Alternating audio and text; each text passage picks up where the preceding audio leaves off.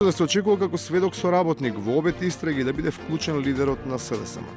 Тој постојано нуди некакви сигурни, веродостојни докази, ама ги крие, чекајќи да добие официјална покана. Чесен премиер, без тегови на душа. Чисто, кристално јасно поставен во општеството. Излегува и вели, ајде бе Заев, кажува кој се доказа. Вади ги на маса. По Бошково Битола и Сирогојново Паланка се расправа.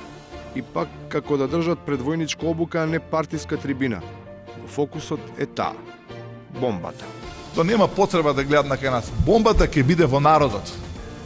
Бомбата ќе бидете вие.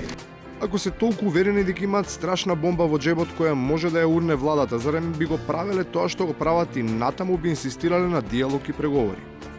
Излегува дека тој што им ги дал со намера да се пазарат. А кој ти е дал бомбе? Јас сум му дал. Кој те би дал? Мој су. Знаш. Значи ти сматраш да се бомбе твоја приватна прчија? А на фронтот ништо ново. Нема одмор. Како на лента се едните исти патриоти, едните исти предавници.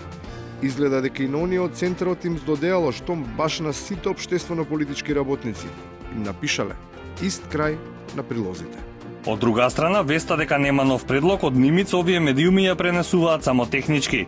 А на своите страни, освен куса техничка вест, нема ниту еден збор за тоа дека пред помалку од еден месец срамно манипулираа со јавноста.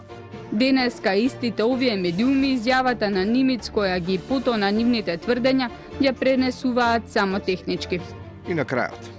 Сигурно во центарот изумиле да споменат дека е потонувачки срамно, а ниту една од овие телевизии да нема ниту техничка вест, дека владата, пејачите на Скопскиот фестивал ги награди со 45.000 евра, дека ќе потроши половина милион за кампања за здрав живот, ама не успева да обезбеди 30.000 за да ја распее и да ја го направи не здрав, туку прав, рбетот на малата Тамара од Велес.